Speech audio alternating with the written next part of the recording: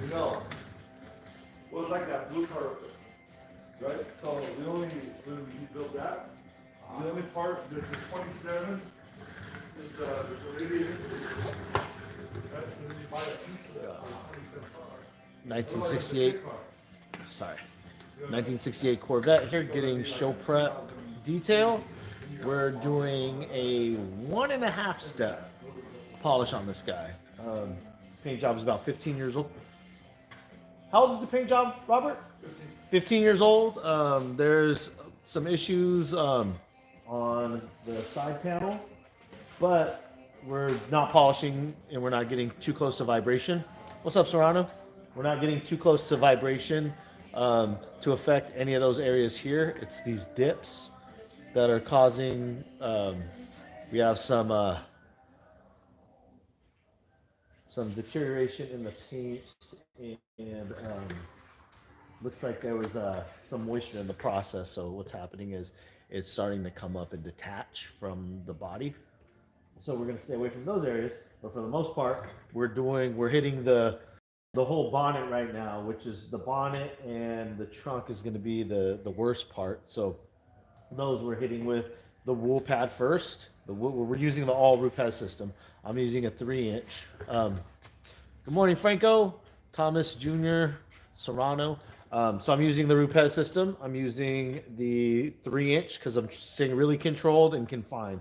I'm not doing any areas bigger than about, I don't know, maybe 2 by 2 at a time.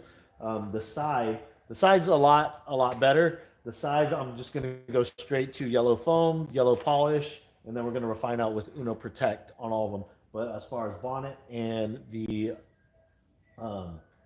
trunk, we're going wool with yellow, and then we're going to refine out with white and Uno Protect. So Sal will be answering any questions. If you guys have any questions, go ahead and shoot them out. We'll prioritize those accordingly. But if you have any questions regarding the vehicle, any questions regarding our process, regarding anything, just let us know. We're going to be live probably for the next 15, 20 minutes or so. Yeah, Sal will be here to answer the questions, or if needed, he'll ask me the questions as I'm polishing. But you guys can enjoy the polishing process, show you guys how I do it. I'm not taping anything off here. There's no trim on any part of this section here. I'm not getting close to any of the edges. We're probably staying about half an inch away from any of the edging here. And we're not going heavy with anything. We're going very, very light. Few drops of polish. Cycle time's not extremely long, and it's going smooth. We're getting about. We're not looking for 100% clarity here. We're looking for correction. We're looking for about 70 to 80% correction, and then we're looking for that refinement, nice pop, jeweling, and then we're going to add protection at the very end. We're going to hit it with Defender. So this is going to have Defender on it, so the gloss and the glow is going to be outrageous on this thing, and it'll be ready for show season. So far I've done the entire bonnet up to here. So about here upwards on the whole front is what I'm going to be working on now.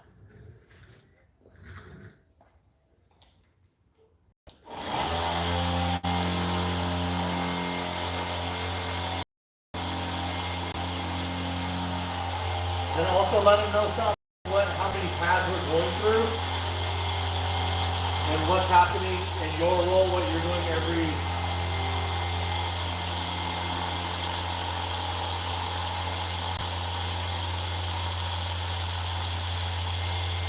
What's up, everyone?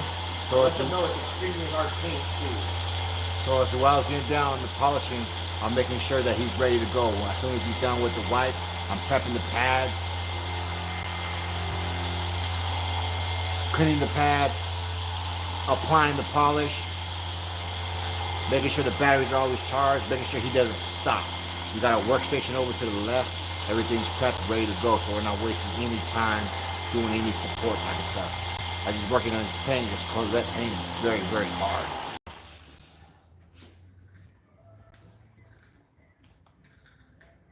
So if you guys have any polishing job, it's always good. It's always a great idea to have someone assist. just for support, so you're not stopping, so you don't have to worry about all the little things. Let me see that for 1 second. Just kidding.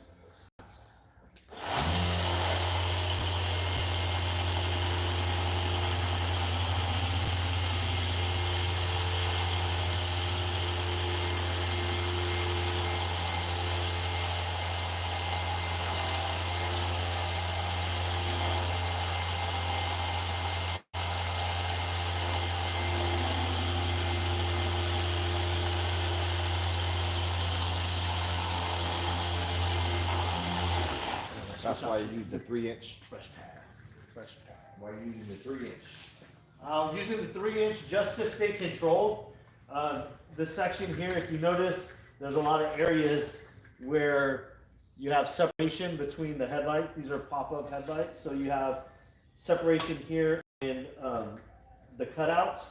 So we're not getting close to any of the edges here. So the 3-inch is going to allow me to flow freely in between here, through here around emblems. As you can see, the hood scoop. We don't want to go in there with the 5-inch. If I'm going in there with the 5-inch, I'm going to be chopping up and slamming up against the edges. So with the 3-inch, I have a little bit more control and a little bit more precision.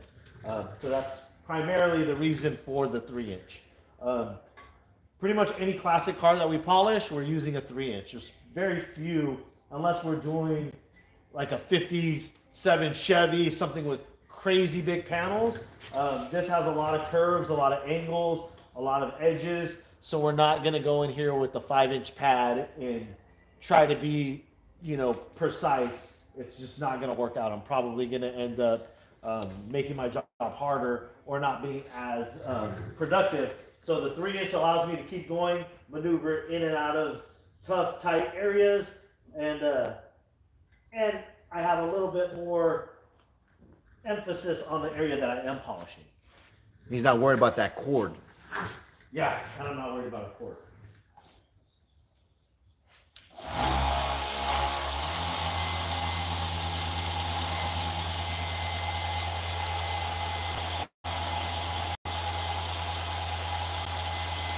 And also let them know, Sal, talk to them about our process, how we have multiple pads, opposed to like trying to clean out the same pad over and over, or.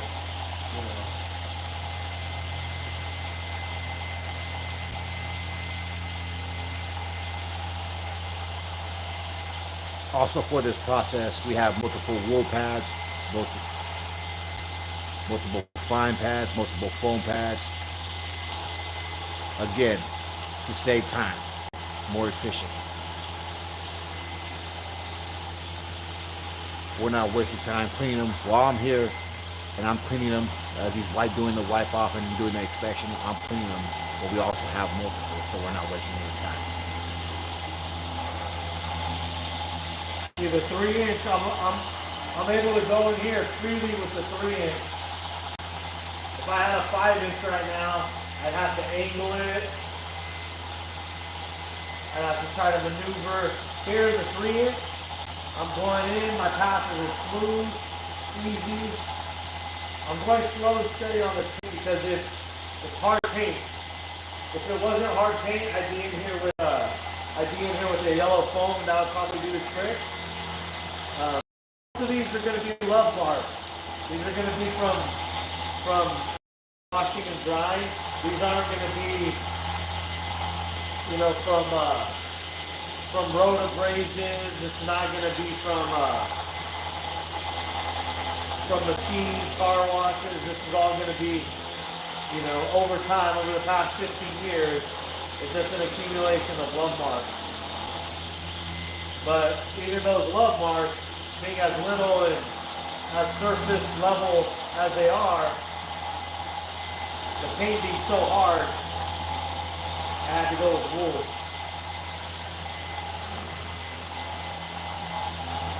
Or I could have sanded out with 3,000, 4,000, but obviously for the we customize every job, especially for a classic vehicle.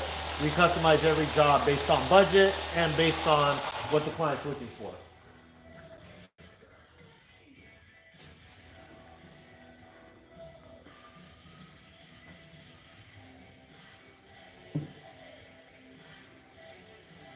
And yes, the wool is leaving haze, but we're hitting it with a quick secondary polish, which is going to remove all the haze and enhance the clarity. So, um,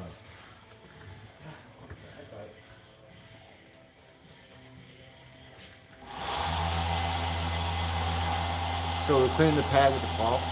Also, we have multiple pads. So once he feels the pad is gone, we just change it out.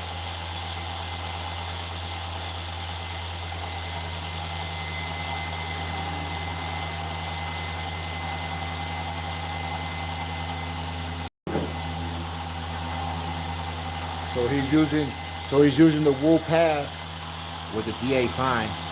And once he gets done with that with the whole vehicle, he's going to finish with the white with the finishing foam pad with the Uno Protect. To answer your question, Franco,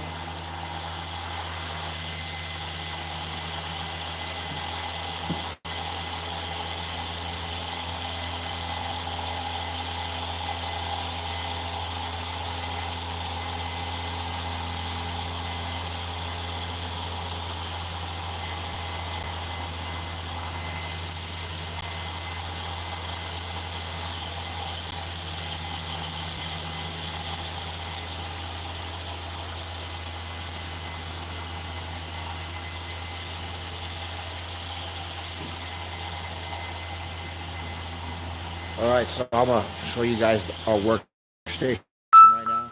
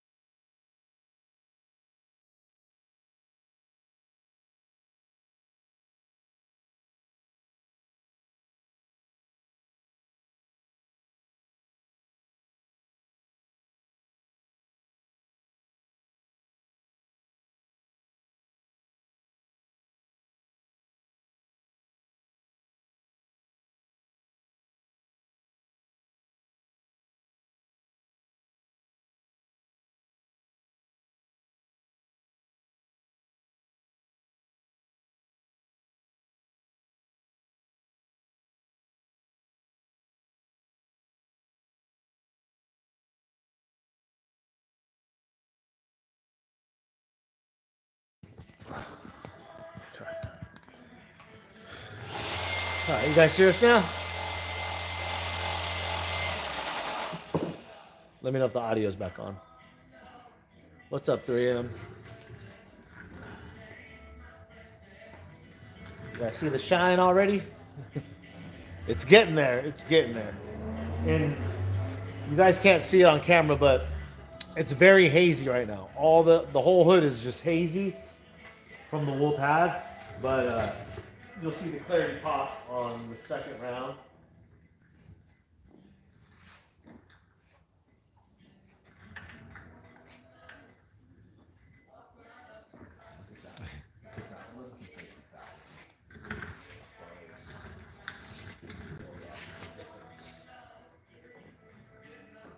Oh yeah, you can see. Yeah. This one you need light, or you can see a little bit. That one. When we go in to do the final wipe down with paint prep, before we put the fender on, see in there, see there's a lot of old, this one too, there's a lot of old polish in there. Just going there with a longer nap.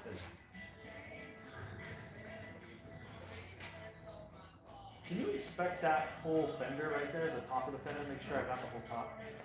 I don't know if I'm pretty sure I did.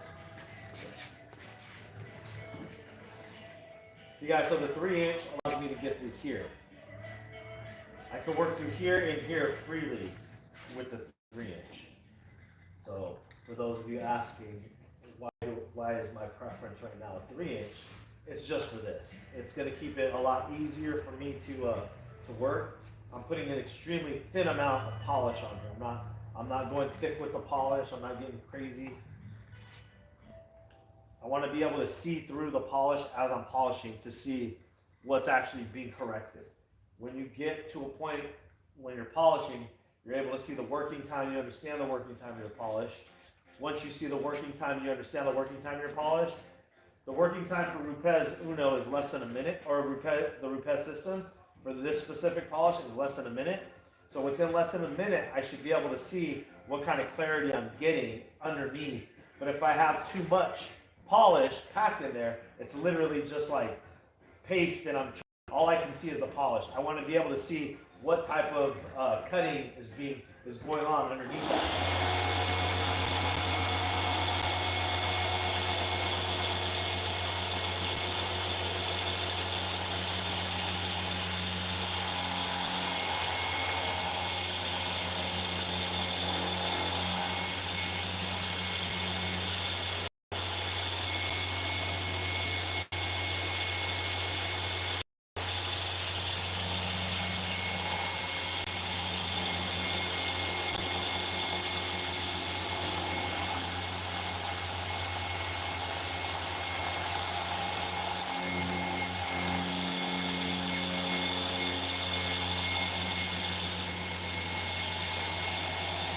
Hey, what's up, 3M?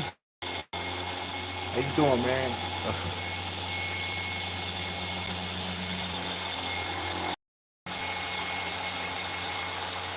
It's Sunday, yeah, man. We'll be out in like another hour and a half, 2 hours, so not that bad. We're inside, controlled environment, some sort, sitting down, so not that we're not being that aggressive. So if there was a day off, this would be a day off. You guys at home? You guys get ready to go to church? Is there one of you guys? I hope that sound car is the Sabbath. Saturday.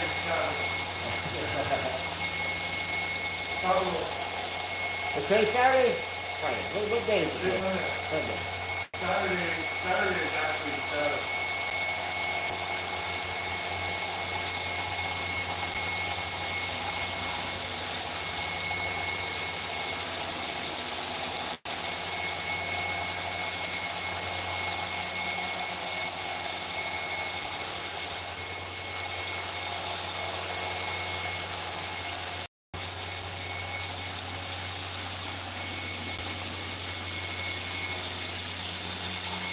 Was that whole side done, Tom? Yeah.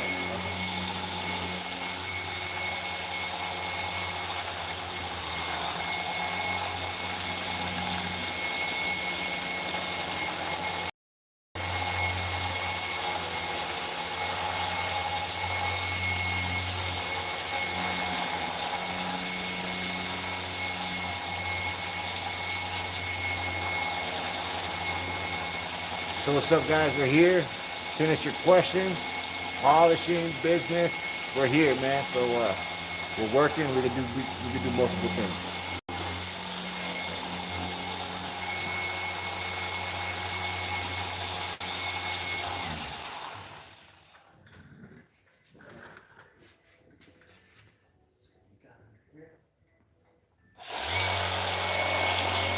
Hey, what's up, Parker? Yeah, man. This car is beautiful. Put it lightly.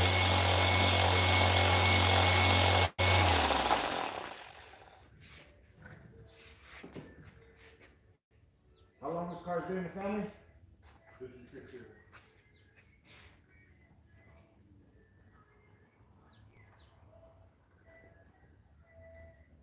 Is that YouTube you guys are on? Yes. That's live? Yes. Yeah. I didn't know you could do that. Yeah, they just started doing it not too long ago. We've been utilizing it. It's really helpful for other detailers that are watching this, that are kind of want to learn the techniques and see what we're doing. Oh man, this looks great on video. What is it? So with this here, guys, we are, what was I going to say? So if you guys are, looking to get into the classic detail, classic and vintage detailing, you guys do have to understand, not only are they trusting you, to take care of their vehicle, but they're trusting you with, something that could be possibly a family heirloom, something that could be irreplaceable, something that was custom made, something that's, no longer available, you know, whether it be parts or, you know, maybe someone painted it, maybe somebody had a hand in the actual build of the vehicle who's, you know, passed away or is a legend in, you know, in the industry. So you have to be you have to keep all of those in mind when you are polishing, when you're doing anything, using any machine, you know, steamers, anything like that. We usually don't, when we're working with any kind of vintage custom vehicle, any vehicle of high value, we do a lot more hand work than we do machine work. Here, obviously, I'm using a machine polisher to refine and to correct. But for the most part, you know, we want to preservation is number one. That's what we always want to take care of first. So if it's a newer car, preservation is not really something that you're looking for. If it's reupholstered, if it's something that's redone, you know, if the leather's been redone, the upholstery, the interior, obviously you already know because you're familiar with those materials. Okay, I know how I can push them. I know what they're capable of taking as far as, you know, abrasiveness and detergent wise. But some of these older paint jobs, some of these older materials in upholstery, you know, upholstery tends to kind of break away, and you know, the fibers can break off if they're not, you know, temperature controlled properly. The leathers can crack. The plastics can definitely split. A lot of things can happen. So you have to keep that in mind as you're detailing. I got my fingers crossed. Hit up a guy who has a custom truck and car club. Wants work done. Yeah, so it's so just make sure that you guys are treating these with care, because the people that own these vehicles obviously care about them. You know, the client here was actually that brought us on for the job. He was brought home in this vehicle, so you can imagine the sentimental value that this holds to not only him but to the entire family. He was brought home from the hospital in this vehicle, and this vehicle has been in the hot rod scene for decades, and you know, it's pretty well known, and you know, we're working on it. Obviously, you know, I wouldn't take this job on if it was my first, you know, custom car I'm doing, but you know, we've been doing this for years, and going into this, you guys need to understand what precautions to take, because you do not want to damage anything. You don't want to inflict any damage, and you also want to manage expectations with your clients. You don't want to push on something like this. You don't want to chase out every single tiny little scratch. You don't want to, you know, those things with a vehicle that looks this good, those little minor things are probably the last thing that you want to, you know, any car builder or any classic car owner knows that no car is perfect. Every car is going to have their flaws. Every vehicle is going to have something on it. And most of the time, only the owner knows that, or the detailer, and that's the way it should stay. In my opinion, you know, there's guys out there that want to chase the perfection. They want to chase all the stuff, and that's just not our cup of tea. I think you know, you know, sometimes some of the little things, you know, the little nicks and scratches and stuff, sometimes it brings a little character to the vehicle. Yes, be gentle. What was the question? Do we use Lake Country pads? We do have Lake Country pads, but after we found the root pad system, there's no need for anything else. Yeah, I am going to try the Lake Country. Is it Tom at Lake Country? Yes. Yeah. Tom was telling me about the purple for rotary, so I may switch over to those purple Lake Country pads for rotary, but we'll see.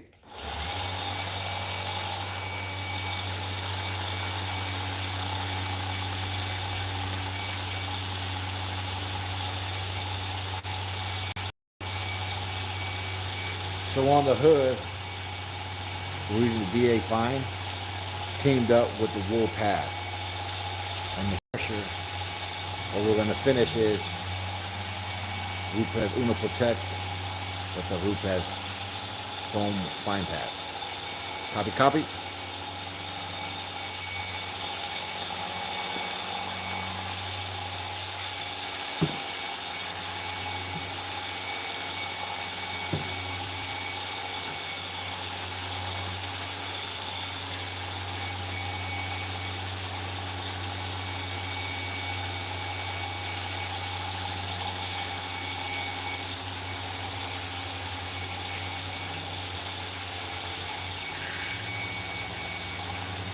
And we also are using the foam pad. This is more. This is what we're going to be used for the side panels. We're using the wool pad on the hood and on the trunk because of that's where it gets mostly damaged at. That's where the most imperfections happen. So on the sides, we're using them with this because it's not as bad.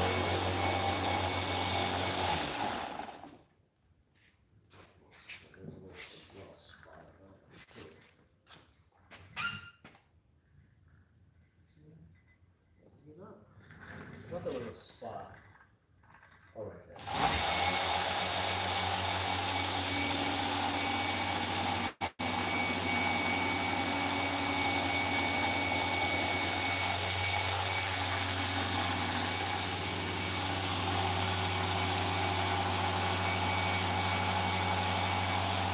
And then for the wipe off, Clean Korea 0. This will save you a huge amount of time when it comes to moving polish. Don't believe me? Try it. I promise you.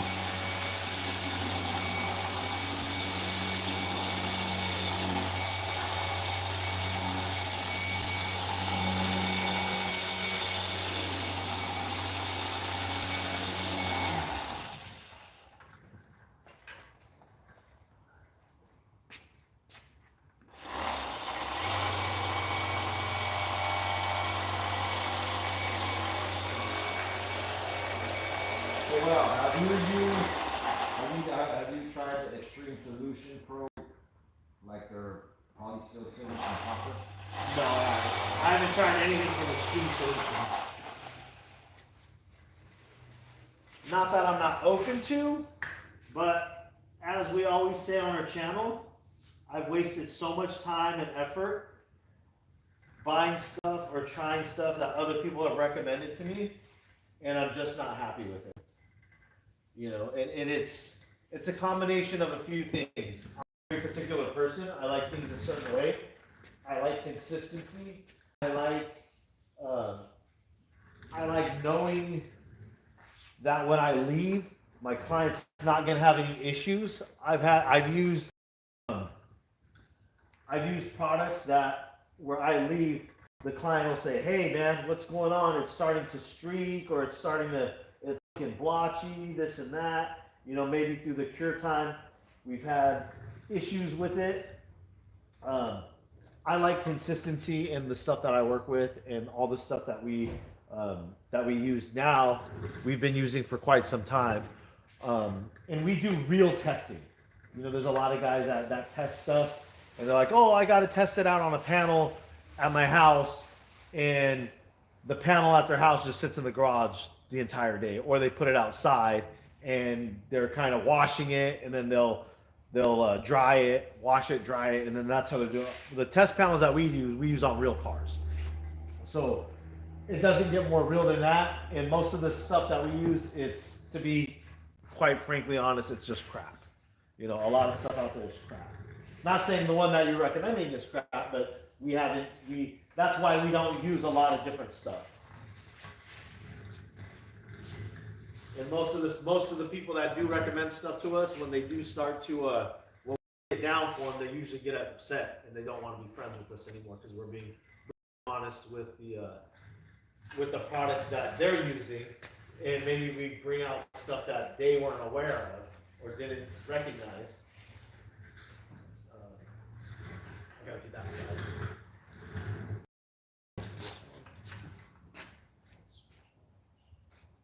So this is a classic car, older car. So we're not putting water or wash mist to this thing. So we got it washed with ONR. And I'm not sure why a lot of these guys also, since we're talking about classic cars, why a lot of guys are out there foaming classic cars.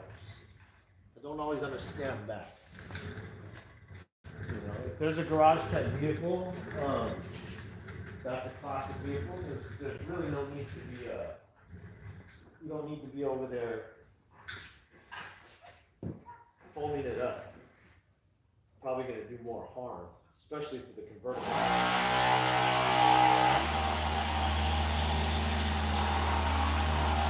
Hey, thanks, Parker. Appreciate it.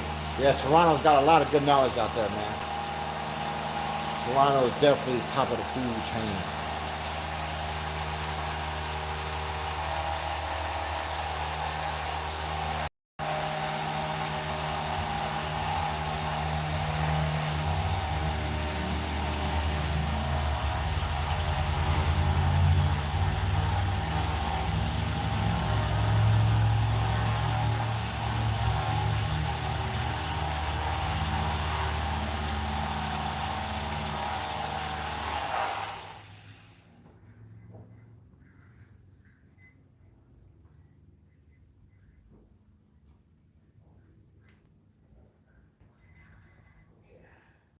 The problem here is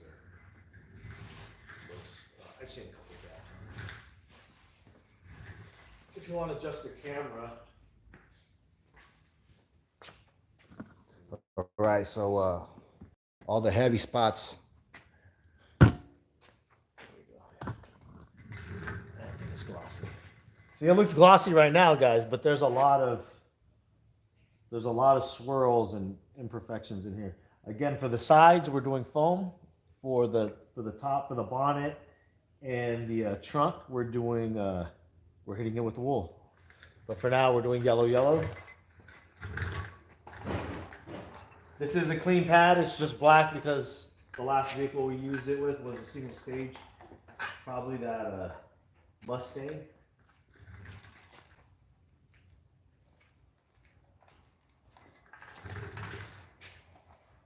Here we go again with the little repairs. I think it's the contact.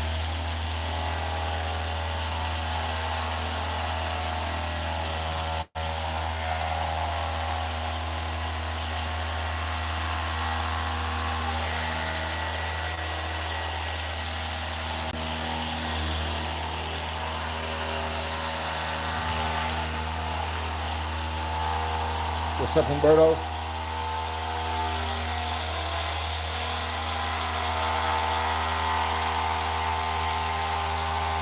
We got the other battery charging? Yeah. Okay.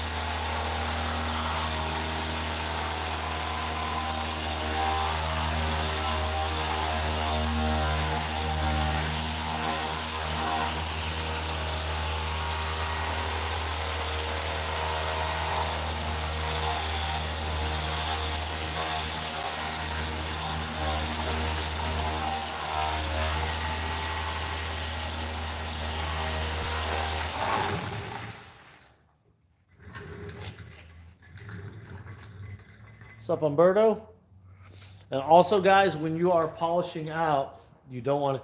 If you guys are on, also go ahead and hit that little thumbs up too. When you guys are polishing, make sure that you're not like killing your polishing pads. That's why we recommend having multiple pads. If you're going on a polish job and you know on average you use about 6 polishing pads, bring 12. Not only will it speed up the process, but you're not going to have as much wear and tear on your pads. You don't want to be using pads. We keep some pads that are kind of for grimy work. You know, if there's like a fleet job or the tractors, the industrial stuff. We did a tractor the other day that we had to polish out.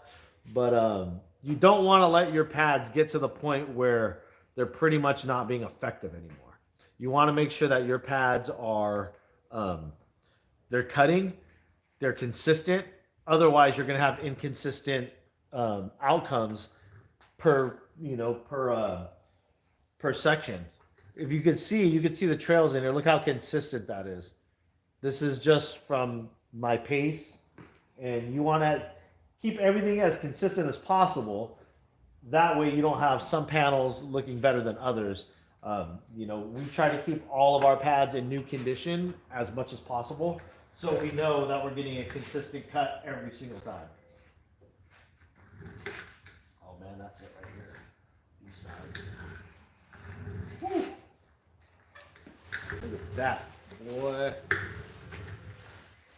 And that's not even the end. We still got one more little quick pass we're gonna do. Look at that. I think it was all these curves. Looks like a Ferrari, doesn't it? Does it look like a vintage Ferrari? Like a Dino, like a Dino? Hey guys, so if you guys are watching, notice his speed with the foam pad, with the yellow foam pad. And when we get to the last step, when he does the finishing, I want you to notice his speed with that, 2 different speeds.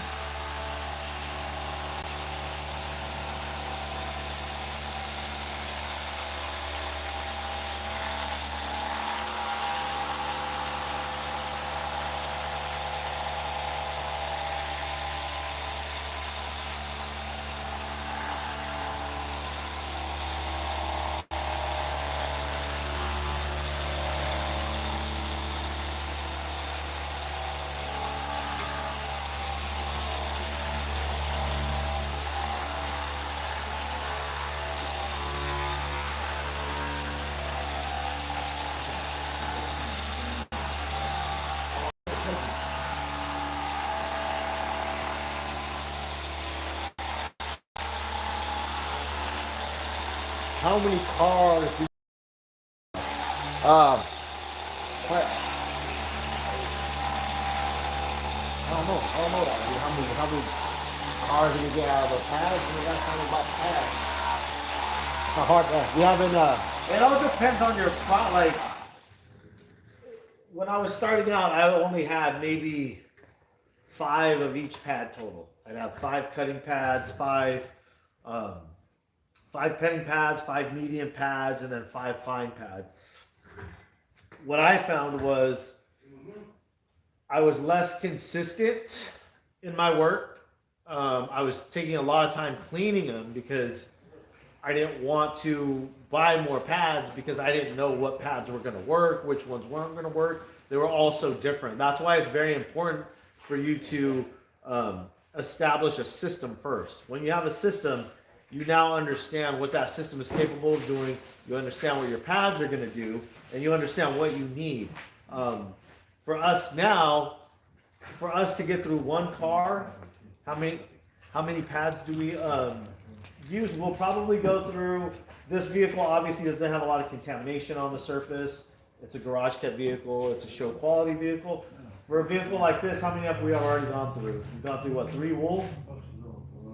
We've gone through 3. So we've only done the front end. We've gone through 3 wool and 2 foam. And we're going to go through 1 more light foam throughout the entire vehicle. But as far as longevity of pad, I've had pads that have lasted me a year. I've had pads that have lasted me, one shot. There's sometimes, like if we're doing deep cutting and we're working on a vehicle that maybe, what is it, like a gel coat? If we're working on a gel coat, those usually clog your pads up like crazy, and those you have to go. So with gel coats, I generally use a cheaper pad for the second polish, and then I'll use a really good quality for the refinement polish. So yeah, it all depends on how long and how many you can use it for.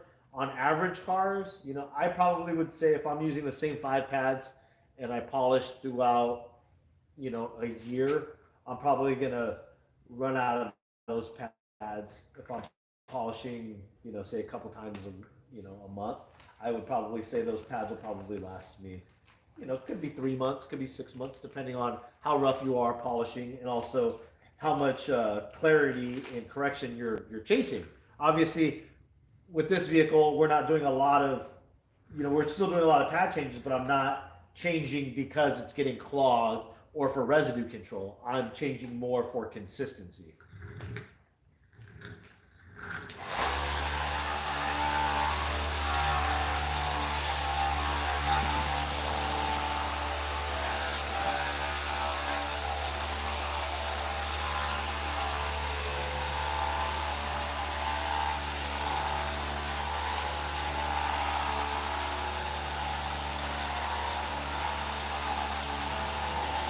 Especially when I'm not even messing with it.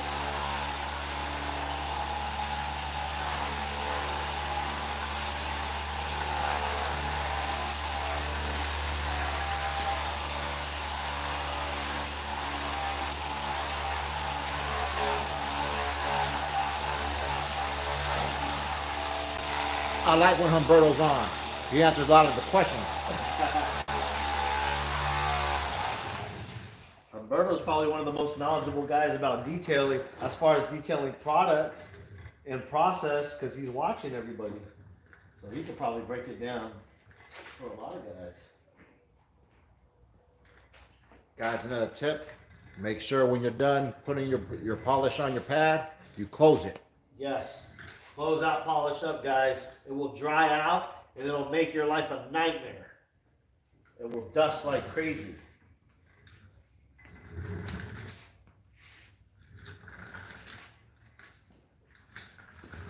So I am going softer on this side with the polish. I'm only hitting it with with this guy here. So I am going to do one more pass on here, just a real quick one, because I'm not getting that cut from like the wool.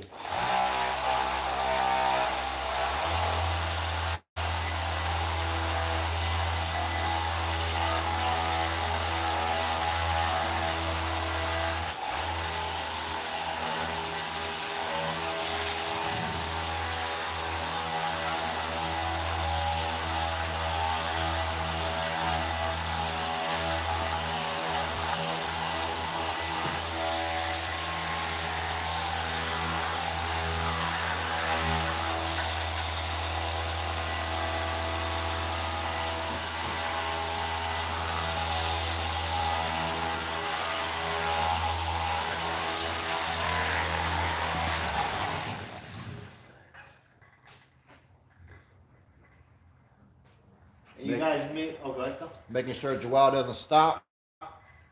So part of my job is to make sure, so we're using the cordless to make sure I'm changing out the battery.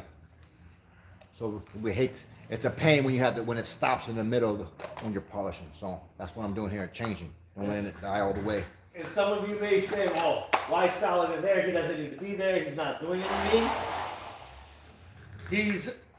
His role right now is far more important than what, obviously anything on the vehicle cosmetically I'm taking care of, but his role right now is strictly process to make sure everything is on point, make sure I'm not having, because I don't want to fatigue myself any more than I have to. Obviously I'm bent over, I'm squatting down, I'm leaned over, my shoulders are I'm starting to get fatigued out. Not even that, just the straining on my eyes with the scan grip. So to have somebody there to make sure the pads are clean, to hand the polisher off, to all of that stuff makes a big difference in the overall process and the outcome of the vehicle, because I'm not worried about, and the time savings.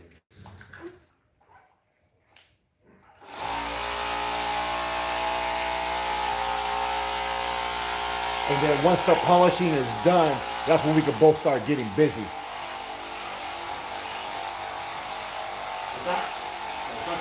No, I was telling them, and also when the polishing is done, we can both get a lot busy with the finishing. Oh yeah, because once the polishing is done, we're gonna do the finishing on. We're gonna apply our sealant. We're gonna take care of all the, get the chrome looking right. Touch up the wheels, get the tire shine on. We want this thing looking right when we're done with it. So. Oh, you need tires too? Yeah, we're gonna get everything ready so you can go on a nice cruise, man. Fucking in, man. Yeah. You got the shit. Yeah.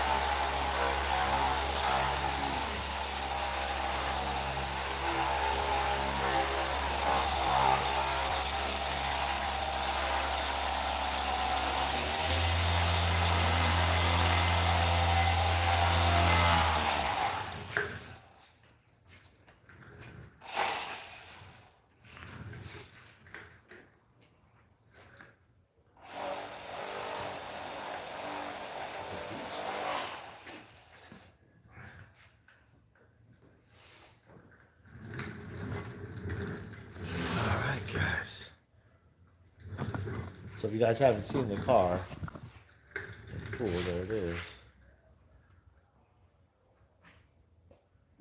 That's what we're working on. This section here, this has been done. That's all cleaned up. Whole front end is done right now. Whole front end is taken care of. We got to do the got to do from doors back now. But man, this thing is gleaming now. All right, guys, we're gonna log off. We'll catch you guys a little bit later. Thank you for tuning in, and we will catch you guys on the next one.